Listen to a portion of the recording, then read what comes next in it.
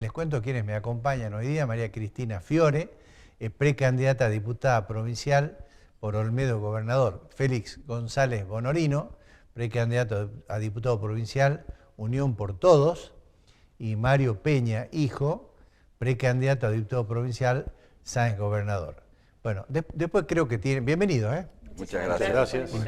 Un placer que estén acompañándome esta noche para hablar de temas que me parecen importantísimos para mí, por supuesto, pero sobre todo para los televidentes.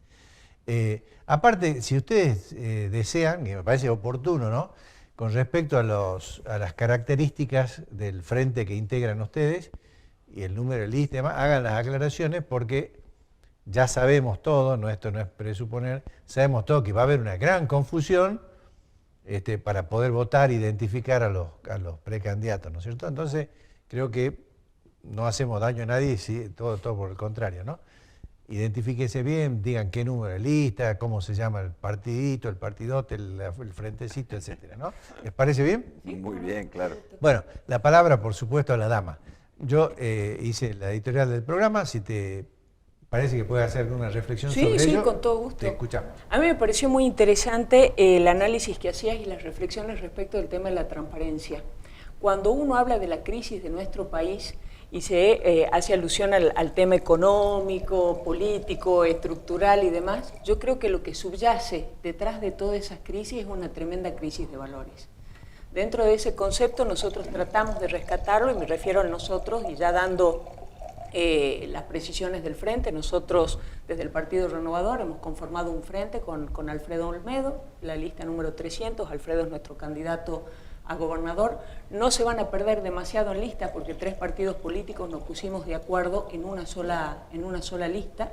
Luego nos acompaña también la Unión Cívica Radical, pero bueno, en el caso de la lista del Frente Alfredo Olmedo Gobernador, la candidata a diputada provincial en primer término soy yo, luego sigue Carlos Zapata, el candidato a intendente es Andrés Uriani y el candidato a concejal son Beto Castillo y Susana. Bien. Y reflexión sobre lo que yo hablé, porque no te escuché. Yo coincido que uno de los grandes problemas que nosotros tenemos está vinculado a la falta de transparencia y al tema de la corrupción. Muchas veces lo que se hace alusión a la situación económica y demás, y lo que no se va es al fondo o a la raíz. No voy a decir la raíz de todos los males, que hay un libro que está muy interesante, incluso en su análisis, pero creo que la raíz de nuestros problemas está vinculado al tema de la corrupción.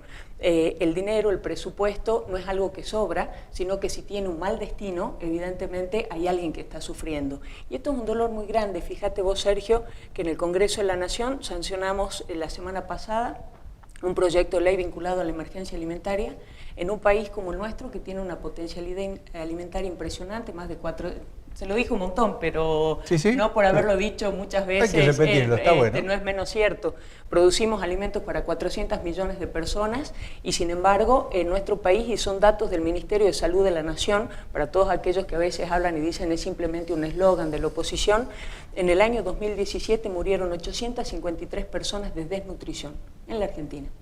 19 jovencitos, adolescentes, y 8 niños de menos de 5 años, y 66 niñitos no llegaron a nacer como consecuencia de la desnutrición de la madre. ¿Me permitís un alto ahí? Sí. Qué importante lo que estás diciendo ahora. Yo le digo a los señores Telete, dijo un montón de números respecto a los que murieron por desnutrición, y uno nos deja pasar a esos números, y son personas, son seres humanos que han muerto, y somos culpables de que esto ocurra. Estamos hablando de muerte, gente que se fue y gente que quedó sufriendo porque un ser querido se le fue justamente porque no está bien alimentado. No se puede naturalizar esto. Totalmente de acuerdo, y lo doloroso es justo lo que vos dijiste, que son muertes que se podrían haber evitado. Entonces, cuando uno analiza la manera de la distribución de los presupuestos, las políticas públicas, esto que vos dijiste como corrupción y quedó medio al pasar, me parece que es donde debemos focalizar, y es muy importante el tema del ejercicio del voto, de buscar en quienes nos representan el tema de la transparencia y el tema de que no estén sospechados de corrupción, porque me parece que por ahí es donde tiene que venir el cambio. Está perfecto.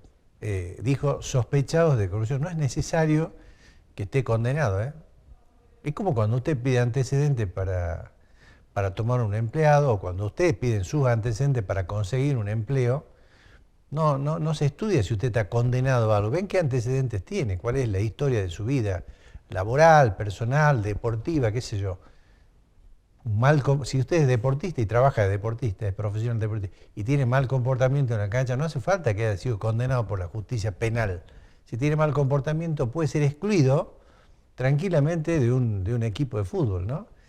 Entonces digo, a los políticos también hay que exigirle los antecedentes, y para eso usted tiene que saber quiénes son, qué hacen. Estamos de acuerdo con eso. ¿Félix?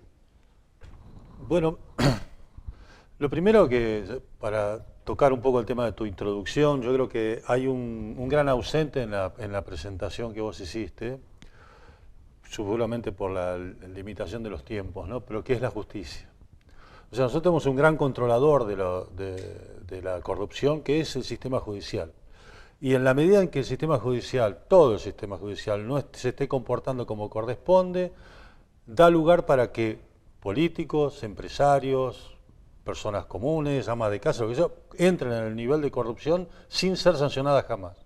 Hace un ratito estábamos hablando fuera de cámara sobre el tema de la permisividad o de dejar hacer, dejar pasar, haber perdido los criterios de contacto social, es decir, de rechazo social a los hechos de corrupción, a lo más pequeño. Y eso se ha ido degenerando en esto. Entonces yo creo que ahí tenemos un desafío muy grande como sociedad, que es recomponer el sistema judicial. No es cambiando las leyes, sino cambiando las actitudes de aquellos que están a cargo de estos problemas, ¿no? Hay delitos que parece que se están cometiendo y que la justicia llega siempre tarde. Hace pocos días... O no llega. Pero hace pocos días se terminó de juzgar el encubrimiento, el año pasado, el encubrimiento del atentado de Israel. Algo que sucedió hace 20 y pico de años, recién tiene sentencia. Nosotros tenemos que tener una justicia. La justicia tarde no es justicia.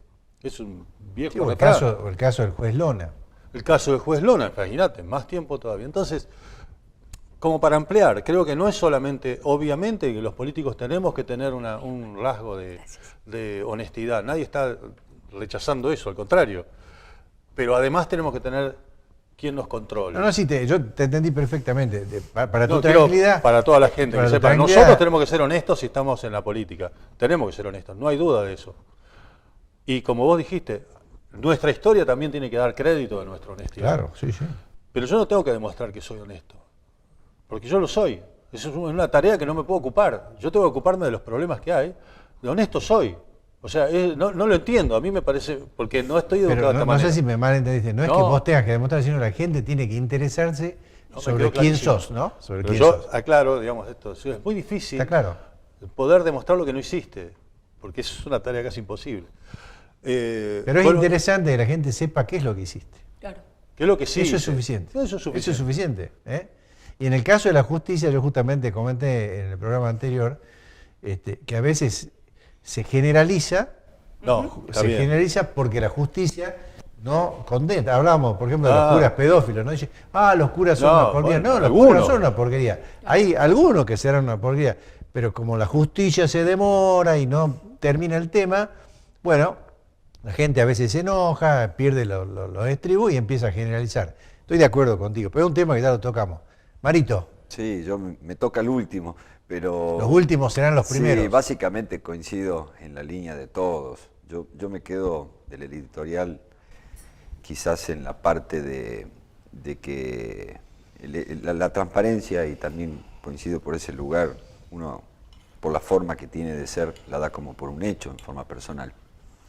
Y cuando hablamos de la justicia terminamos hablando del último resorte, ¿no? Que nos queda como que si alguien hizo mal, bueno, tiene que actuar rápidamente, y coincido totalmente.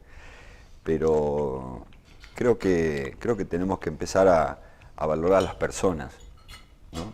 Yo siempre lo digo, es muy difícil encontrar un buen funcionario que sea un mal ciudadano. Y tenemos que mirarnos como salteños, tenemos que mirarnos como personas, como familia, cómo vivimos. lamentablemente sí tenemos que decirlo. Y a mí me pasa tratar de explicar de que quizás no soy como otros.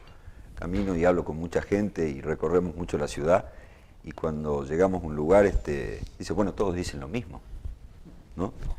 Y bueno, ahí sí hay que empezar a hablar de uno, ¿no? Quizás no de lo que uno quiere hacer, sino a contar lo que hizo, en el lugar que estuvo, las posibilidades que tuvo de ejercer la función. Me toca hace 2 años ser secretario de Turismo de la ciudad, y hoy estoy integrando el Frente Sáenz Gobernador como candidato en primer término a diputado. Me acompaña en la lista una persona maravillosa como Natalia Supa, que está trabajando muchísimo por el deporte de la ciudad, candidato a concejal Claudio Mor, otra persona también con el cual me he encontrado y nos vamos conociendo en este camino, y son maravillosa gente que de alguna forma estamos transitando este camino, en mi caso personal, volver a intentar ir por un lugar que la última vez me faltó muy poquitito como para continuar, pero como siempre decimos, o estábamos charlando también en la previa, ¿no? A veces te toca ganar y otras veces te toca aprender.